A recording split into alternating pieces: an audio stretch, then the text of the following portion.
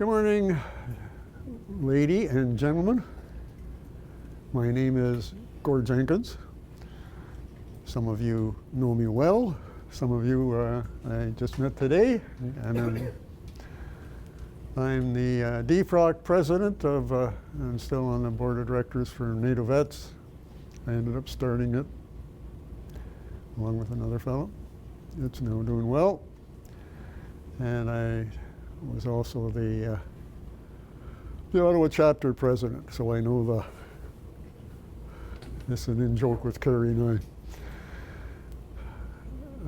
I. Because it was with NATO, I've been a CAVUNP member, I think going on 20 years. I'll find out today. I've got my it's on my jacket. I've got my 15-year button on my jacket. The reason I'm not wearing my jacket is not to be too informal, it's that my medals fell off. To find out that Derwent was out of business in Ottawa, so they're now in Montreal being put back. They get about that size. They're John's size here. They start to weigh a bit. Yeah. All right, let's get on with the presentation. I was in UNEF-1, and UNEF-1 was from 1957 to 1967. Then there was a brief pause. And yes, and then UNEF-2 began for almost another 10 years. So it's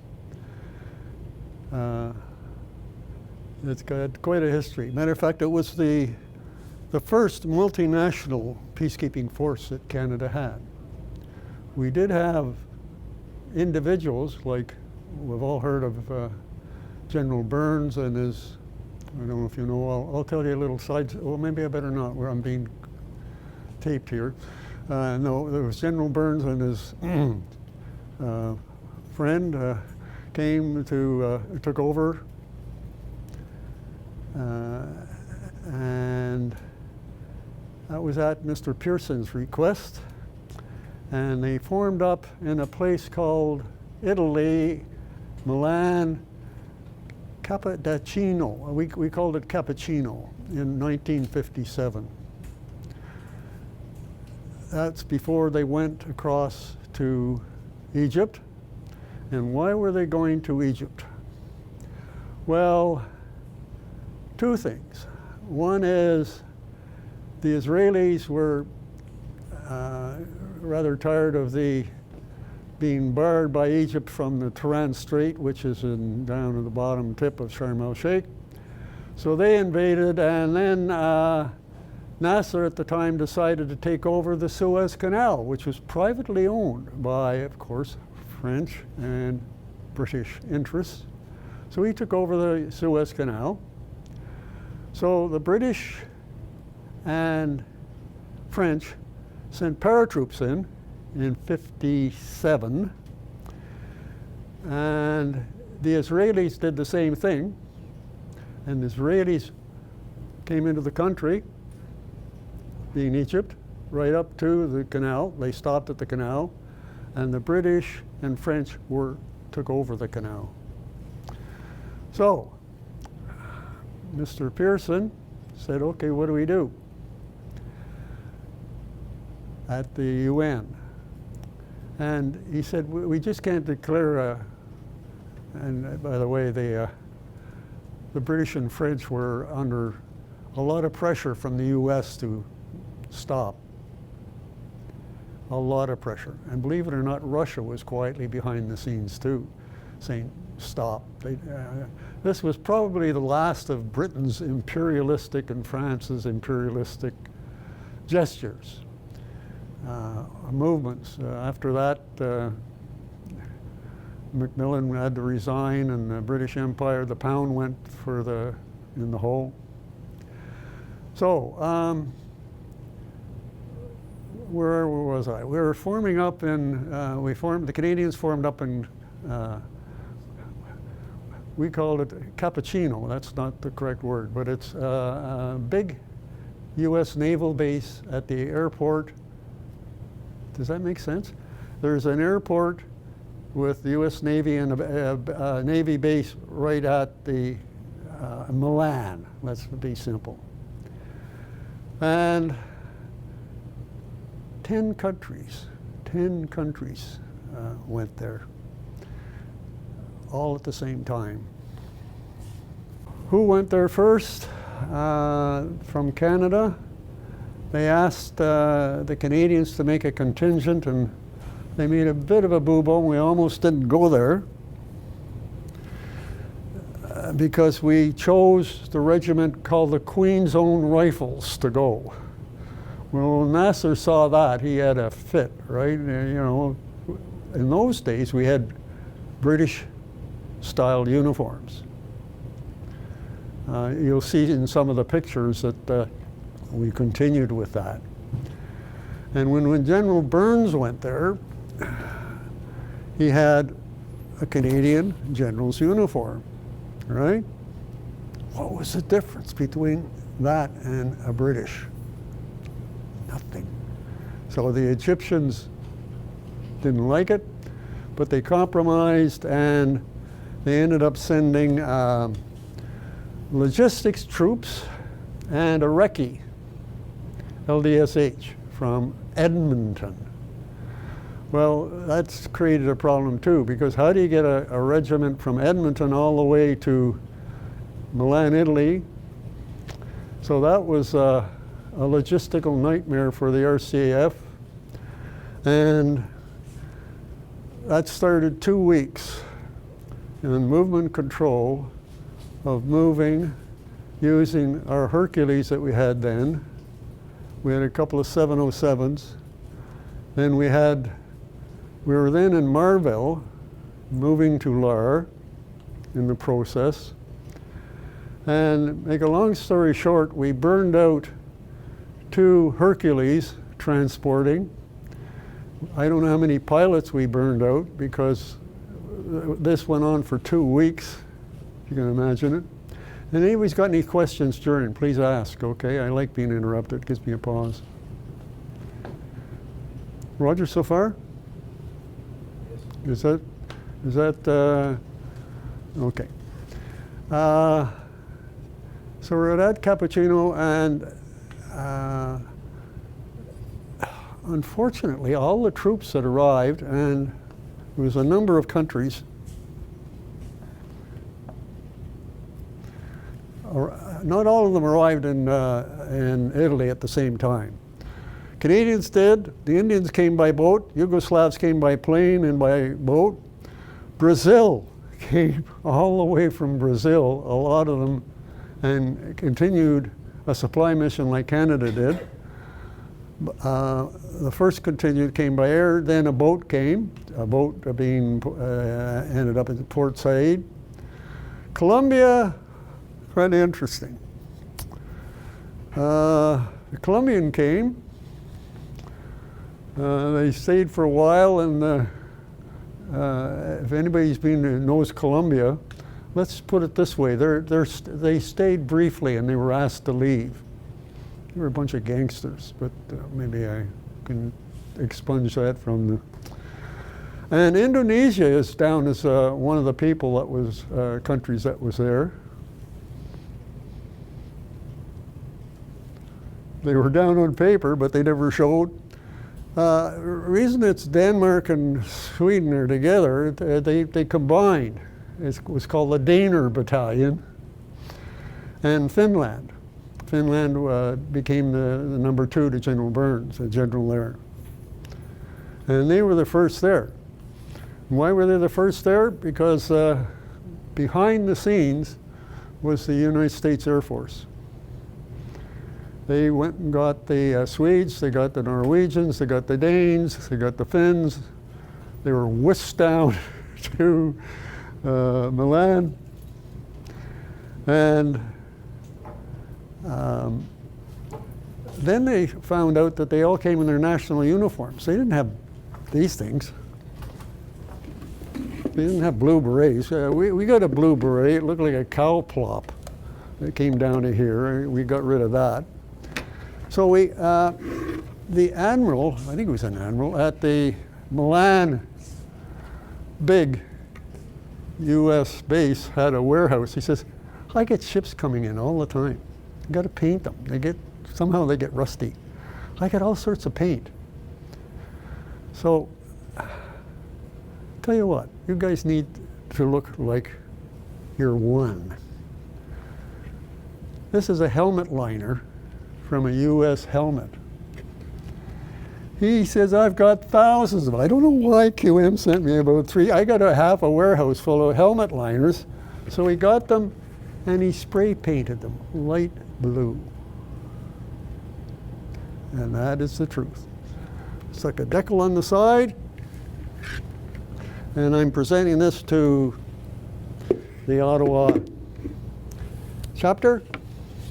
And here's a picture to prove it, taken as we arrived in 57, 58. And that's, if you check, there's mountains in the background. Well, there's no mountains in the top of the Sinai, so that's down in Sharm el-Sheikh, right? Who are the UNEF guys here? UNEF-2. Right? Yeah, you know what I mean. There's mountains about halfway down, but it's flatter than a pancake up in Gaza. So you can pass that around if you want. Have a look. Matter of fact, on the back is my pass, issued in Arabic and English for UNEF, and I had to have that on me all the time. That was my passport when I got stopped at a checkpoint. What was your function in there? What was your function in there? What would you I was moving control. Oh, you were. I made the mistake of being the only single officer at Fort Transport Company in Winnipeg, Service Corps. And in those days, they sent the single officer on every course that could be made. So I ended up on the movement control course. And believe it or not, just before I was sent to the desert, I was a winter warfare instructor up in Churchill. So there was very few movement control officers trained, as I was to find out to my chagrin. Anyway, here's what happened. As you can see, the Israelis are in blue, and the red is where the British landed on the canal. And the Israelis were, what's a nice word for ticked off? Were incensed. How's that for? See, they were blocked here by the Egyptians, so that's why they got in. They parachuted here at Sharm. And they didn't quite get up to the canal. Almost. I think they started it, and then the British came in after. This is the famous North Star. The noisiest damn plane I've ever been on in my life. Anyway, it was the workhorse. I mean, there were people who went to Korea, Canadians went to Korea in that thing. There's me with my tropical gear, because that's on the way. You can notice I'm on my winter serge. That's how they sent me, and there's my cow plop on the top. And airplanes, oh my gosh, that's a C-119, and they did yeoman service. Yeoman service. There was 2 squadrons. Escapes me right now what the 2 were, but they went for 2 weeks, and the Hercules and the 707s, and they burned out 2 Hercules. They burned out I don't know how many pilots because they could only do so many hours. And the movement control for 2 weeks, Service Corps and movement control for 2 weeks during that movement worked for 24 hours, 12-hour shifts for 2 weeks. That was an incredible getting this stuff over there. And then, John, you had a question. It was 435 and 436 squadron. Thank you very much. I was right about the number 2. there's Canadians ready to go from Edmonton, dressed in tropical gear. I've actually got a picture of a Canadian there walking along the canal, and he's got his puttees on. Nicely wrapped, right? Anyway, Canadian, the first thing you did when you got there was you headed for the Indian QM stores and do some trading, right? To get some they had excellent bush pants. They didn't call it bush pants, and excellent shirts that breathed. Okay, then eventually the British, very quietly, with a lot of pressure from the U.S., agreed to leave, and the French. And the Israelis then started to leave. The French and the British were very friendly with the Canadians coming in, with all of us coming in. And they didn't want to take back their trucks or their vehicles. So what we did was painted them all, not British or French took it away, although if you looked in the glove compartment, there'd be the manuals and the work that would be in there. We painted them white. They lasted 10 years, most of them, the Bedfords and the Citroens. And interestingly enough, the Deuce and a Halfs lasted 2 years and crapped out on us. They were just not ready for the desert. So this is moving in from the Sinai, from the Suez to really Rafah, Gaza, which is the Gaza Strip. And they're forming up here. These happen to be Swedish, but the Canadians was no better. It was the same way. It was a long drive, good roads, good railroad, laid by the British in World War II.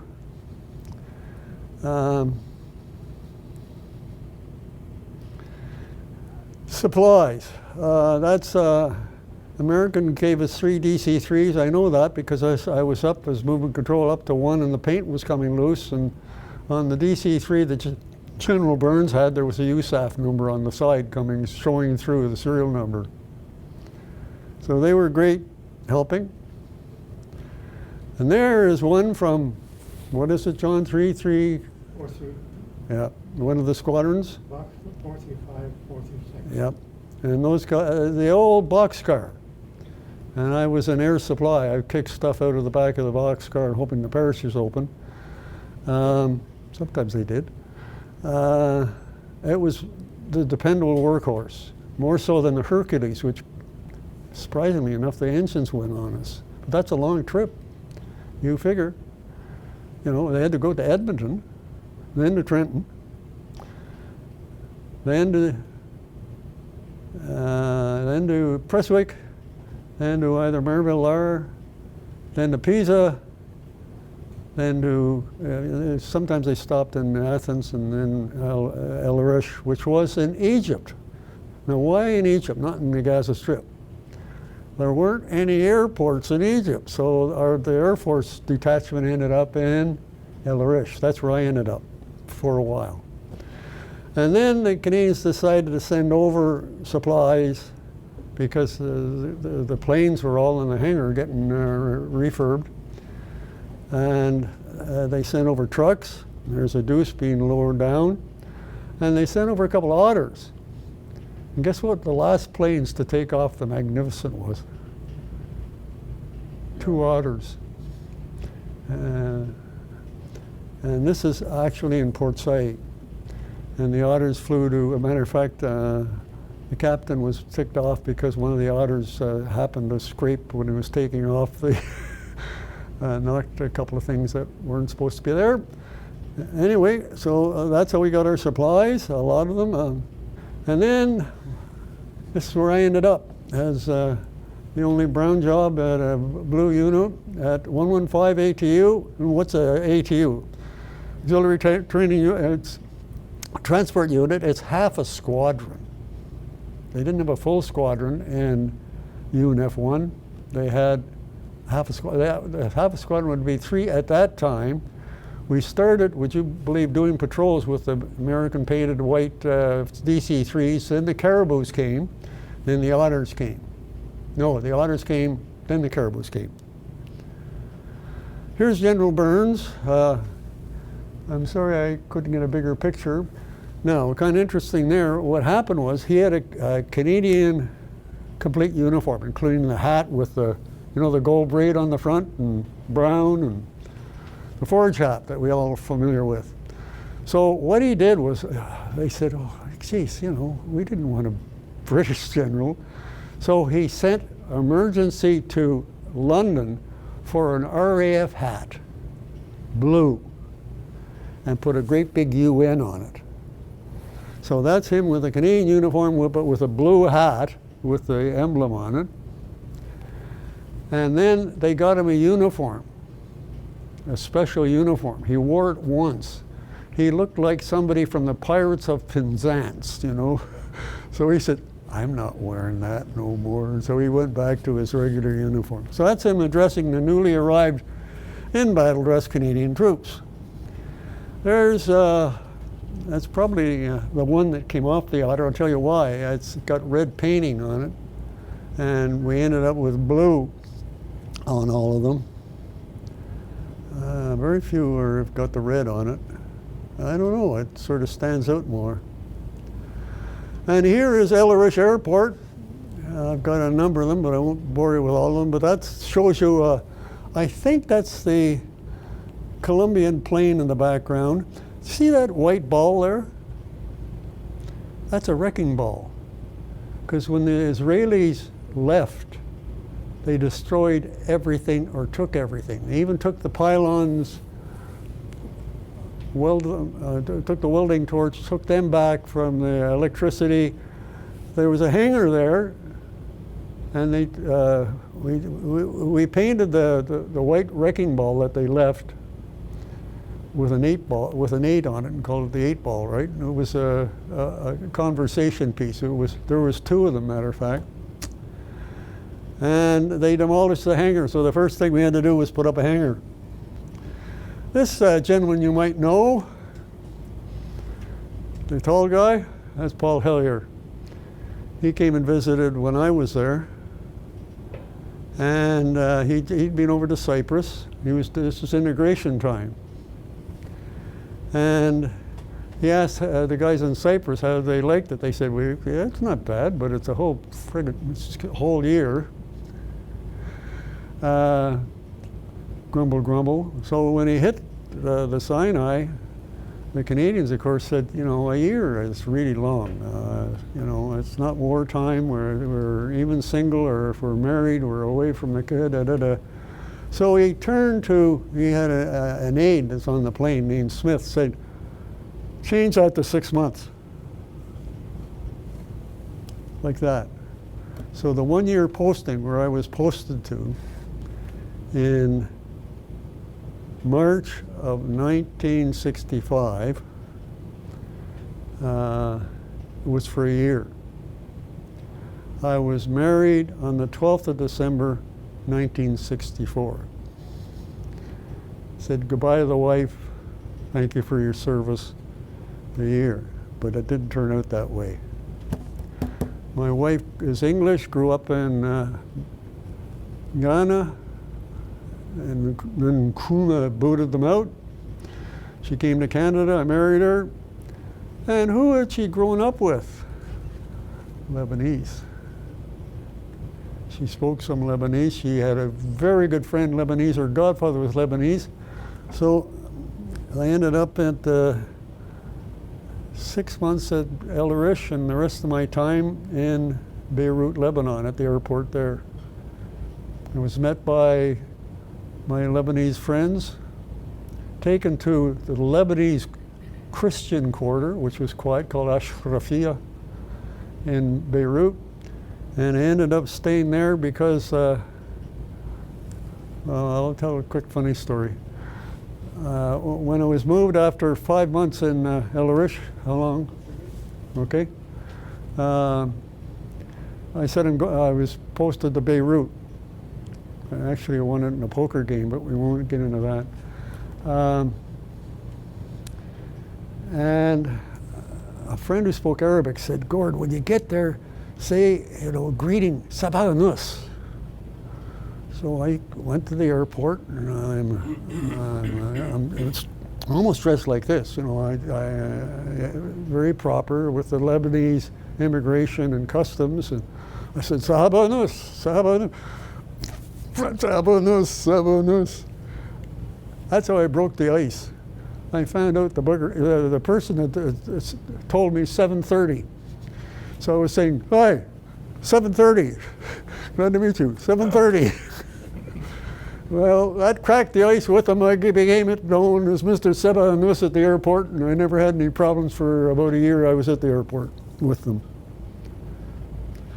That's the corrugated hanger we put up after the Israelis did their number on it rather quickly. This one, I'm sorry, it was taken by a friend. This is the Canadians just arrived in Rafah. They're all sit down, they're all bushed. This one's interesting. It's a landing boat, right? I think of U.S. Marines no. Well, General Burns, when he was in UNSO, ran into trouble and was evacuated from the shore, I guess it would be either Lebanon or Syria, by landing craft, right, out to the 6th Fleet, which was out there. He got saved, right? So when he took over, he insisted that we have a landing craft, right? So he could bug out, because of course the U.S. 6th Fleet would be out there to save him. Turned out when the Canadians left, the U.S. Fleet, 6th Fleet were at the other end of the Mediterranean. But we ended up with you can see big letters, UN landing boat. This is a lineup of vehicles. A bit of a glare there, but you see there's a lot of Bedfords, the Jeeps, we had special Jeeps, some deuce and a halves. They lasted one trip down to Sharm el-Sheikh by the Canadians. And if any of you are interested in our leaving, we about 10 years later, after 57 and 67, almost to the month, Nasser decided he was going to end up in Tel Aviv, right? So he gave the Canadians an ultimatum to get out. Matter of fact, it was General Ryke, R-Y-K-E. He took over from, he was then the commander. And he was given, first of all, get out immediately, then he was given get out quickly, then he got 2 weeks to get all of UNEF out because Egypt wanted to attack Israel. Ha ha. So the Canadians had to get out, and the Canadians and Ottawa raised the fuss. It wasn't Pearson was gone then. I guess, who did it be then? Anyway, Nasser said, okay, Canadians, you want to be smart apples? Get out in 5 days. Get out now. And Canada said, fine. Well, the Air Force got everything. We had then, the Hercules could come. They were back. We had more Hercules. We had, they got everything out of El Arish. They didn't get the supplies or logistics out of Rafah, though. We had everything there because the Canadians looked after the everything from the bakery to the REME to the engineers. It was all Canadian supplied. We started with 6,000 on UNEF-1 when we first went in. When we left, there was only about 3,200. And matter of fact, the Swedish contingent had just arrived. And the Israelis came so fast that 6 Brazilians were killed by an Israeli tank turret who had swung around and swiped some Brazilians off of, no, Indians. It was, sorry, 6 Indians and the Brazilian so he actually lost some people on the bug out. And as they were flying out of El Arish, the CEO, Wing Commander Harding, said to his Aj, do a flyover. I want to see the base, because the quarters marina was about 7 kilometers. Air base was 7 kilometers inland. No, the British put it there, but and we were stationed at Marina, which was nice quarters that the Australians had on the beach. So when he flew over, he said, boy, you did an excellent job of getting all the supplies out, all the planes out. You only forgot one thing. The Canadian flag was still flying from the over 115 ATU, and that ended UNEF-1. And thank you very much for your attention.